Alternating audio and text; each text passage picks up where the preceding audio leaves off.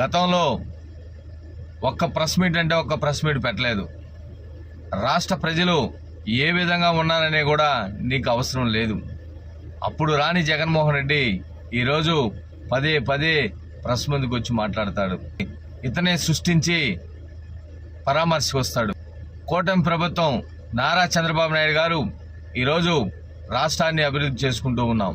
అదేవిధంగా సంక్షేమ పథకాలు, అదేవిధంగా ఆయన ఇచ్చిన సూపర్ 6 అన్నీ కూడా బ్రహ్మాండంగా చేసుకుంటూ పోతుంటే వారి కార్యకర్తలకి నాయకులకి దిశానిర్దేశం ఏమిస్తున్నాడంటే, సంవత్సరం అయిపోయింది, ఇంకుండేది 3 ఏళ్ళేను, మీరు కళ్ళు మూసి కళ్ళు తెరిసే లోపలే 3 ఏళ్ళు కూడా అయిపోద్ది. తర్వాత మన ప్రభుత్వం జగనన్న ప్రభుత్వం వస్తుంది. తెలుగుదేశం పార్టీ నాయకులకి కావచ్చు, కార్యకర్తలు కావచ్చు, రాష్ట్రంలో ఉన్న ప్రజలకు కావచ్చు చొక్కలు చూపిస్తానని చెప్పి ఈరోజు జగన్మోహన్ రెడ్డి మాట్లాడుతూ ఉన్నాడంటే, జగన్మోహన్ రెడ్డి రాష్ట్ర ప్రజలు నీ వ్యవహార స్టైల్ అంతా చూస్తూ ఉన్నారు. నిన్నుగాక నీ వైసీపీ ప్రభుత్వాన్ని అధికారంలోకి రాష్ట్ర ప్రజలు రానివ్వరు అని చెప్పి తెలియజేస్తా ఉన్నాం. బంగాళాఖాతంలో వైఎస్ఆర్సీపీ పార్టీని బంగాళాఖాతంలో కలిపేస్తారు, నిన్ను తాడేపల్లి ప్యాలెస్కి పరిమితం చేస్తారని చెప్పి